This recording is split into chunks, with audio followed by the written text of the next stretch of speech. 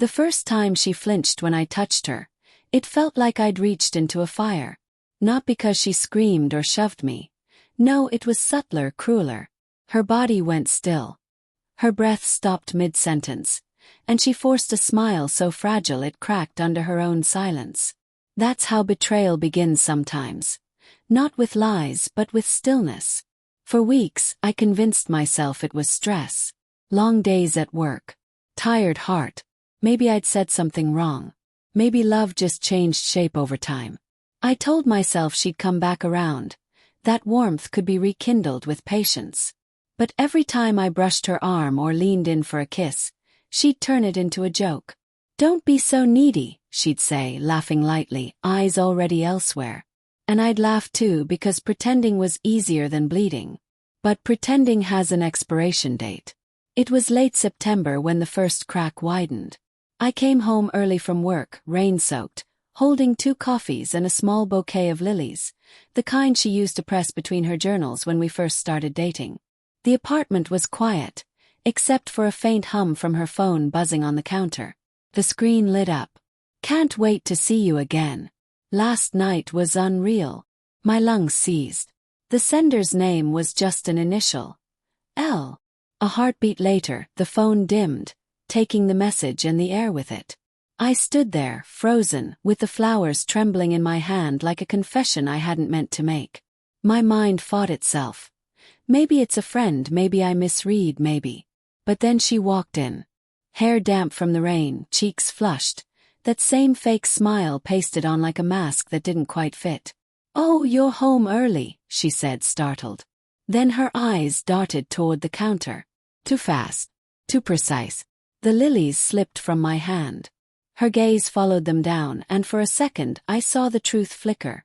Panic, guilt, fear. Then, just as quickly, she buried it beneath that calm tone she always used when she wanted control. "Why are you looking at me like that?" I didn't answer. Couldn't. The air between us had become a battlefield of unspoken things. That night, I lay awake beside her, listening to her even breaths. Her body was turned away, the curve of her spine rigid and untouchable. I wanted to ask who Elle was. I wanted to demand answers.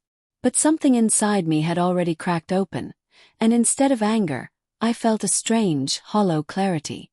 She'd already left me. Her body was here, but her heart wasn't. So I stopped trying. The next week, I didn't reach for her hand when we walked.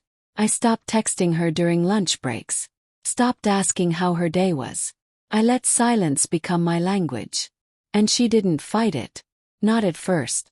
She welcomed the quiet like it gave her permission to drift further. But something strange happened. The more I pulled away, the more she started to notice.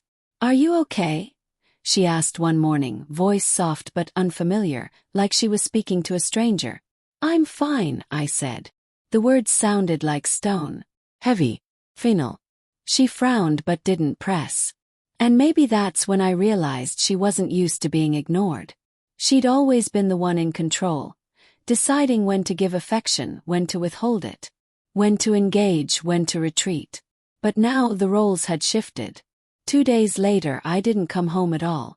No text, no call, just silence. I stayed in a small motel across town, where the wallpaper smelled like stale smoke and the world felt far away. I didn't cry. I didn't even think much. I just let the quiet swallow me whole. By the 3rd day my phone was full of missed calls. Her voice messages started calm, then confused, then pleading. "Why aren't you answering me? Did I do something? Please just talk to me." By the 5th day she showed up at my office. Her eyes were wild, makeup smudged like she'd been crying or hadn't slept. "You're ghosting me," she hissed under her breath. "After everything." Everything. That word broke me a little. I looked at her, really looked, and saw the emptiness behind her anger. She didn't want me back. She just hated losing control. So I said nothing. I turned and walked away, leaving her standing in the hallway, shaking. It's been 3 months since then. I still think about that message sometimes, the one that shattered everything. I never asked who Elle was. I didn't need to. Her silence told me everything. She tried reaching out for weeks after, alternating between rage and guilt, apology and manipulation. I miss you. It wasn't what you think. You're being childish. Please, I made a mistake. But I never replied. Couldn't. Because I realized something terrifying, that I'd rather live with absence than with half love. Last week, I saw her by chance at the cafe we used to visit. She was sitting alone, staring at her phone like it might bring me back. For a moment, I almost went to her. Habit maybe. Oh. But then she looked up and saw me, and her face broke into something I'd never seen before. Not guilt. Not anger. Desperation. Ethan, she whispered, my name trembling out of her mouth like a plea. Please. I didn't mean for it to go that far. I smiled sadly, honestly. You already went too far. Her eyes filled with tears and she reached for me. But this time I was the one who flinched. That night I went home alone, but I didn't feel empty. For the first time in months, my chest didn't ache when I breathed. There was grief, yes, but beneath it, a strange, quiet freedom. Because ghosting her wasn't revenge. It was survival.